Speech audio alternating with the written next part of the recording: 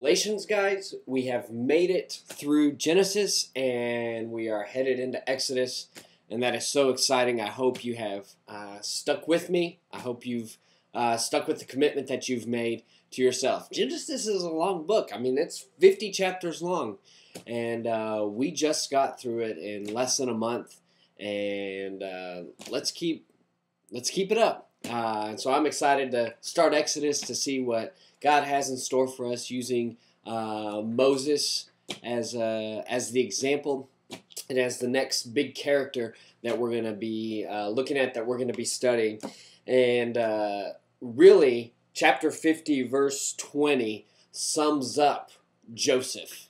It sums up what went on in his life. It says, "You intended to harm me, but God intended it for good to accomplish what is now being done, the saving of many lives. So then don't be afraid. I will provide for you and your children." And he reassured them and spoke kindly to them. Everything that his brothers did, everything that anyone ever did to Joseph to mean harm, God was using it for the good. God was using it to later on save many lives. And we talked about that yesterday as just the main lesson that we can get out of Joseph is that God was using his circumstance for the good. So anyways, I'm excited about Exodus, and you're supposed to read through the first two chapters in Exodus today. And after this, I'm going to post a funny video of baby Moses. And so you'll see that. When you're wondering what it is, just click on it, watch it. It's kind of the story of Moses in a funny acting. Anyways, it's funny. Watch it. Today, we're going to talk about Matthew. So if you'll turn to Matthew chapter 16. And in this chapter, it is the second time that Matthew brings up the sign of Jonah. Or I guess that Jesus talks about it. And so just some questions that I have is, what exactly is the sign of Jonah?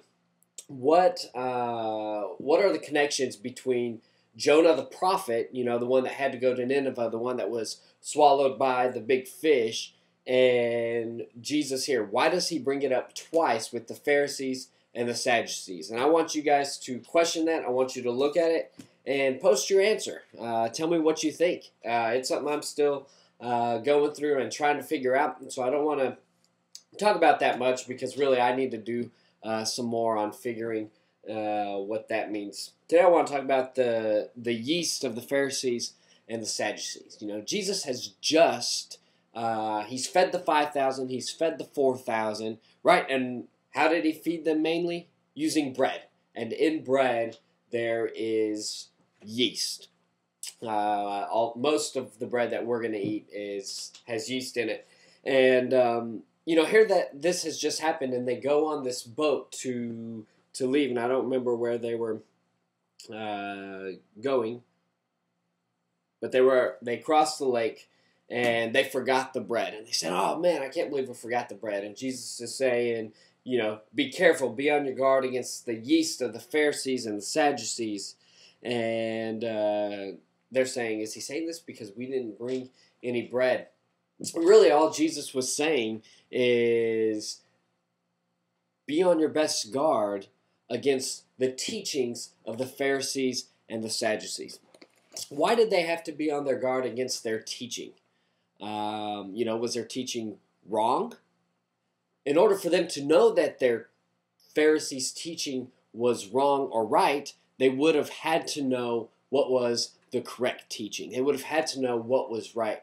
And to us, I mean, we say, hey, pick your friends wisely. Be careful what the media is teaching. Be careful what so-and-so, what they're teaching you. It's not truth and whatnot. But in order for you guys to be able to be careful on what other people are teaching, you have to know what's right. You have to know what is truth. Here at Norfolk Church of Christ, we claim to speak truth, and we claim to teach the truth. And while I wholeheartedly believe that, you must search that and find that out on your own. is it really truth? Is this really what I believe? Because in order to discern if someone else's teachings are right or wrong, you have to know whether the teachings that you're getting here are right or wrong. And the disciples, I mean, they had the greatest opportunity ever, because who were they following? They were following Jesus. So when he says, hey, be on your best guard against their teachings, then, they're pretty sure, if not 100% sure, that, okay, Jesus is the real deal. Of course, what these guys are teaching is not right. And especially because the Pharisees and the Sadducees, they're teaching in a way that they aren't practicing. Do this, do this, do that. Yet themselves, they're not doing it. Today, there are so many false teachers. I mean, you can look up just about any verse in the Bible, and there is going to be 1,000,001 different interpretations about it.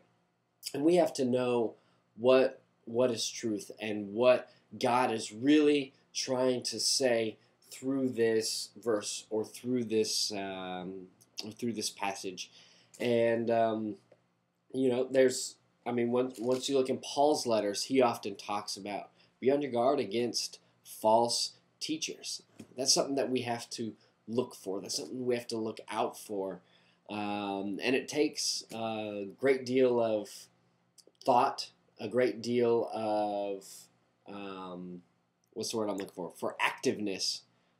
We have to be proactive in that, because before we know it, we're following all these teachings that the media tells us, that our principals, the people at school, whatever it may be.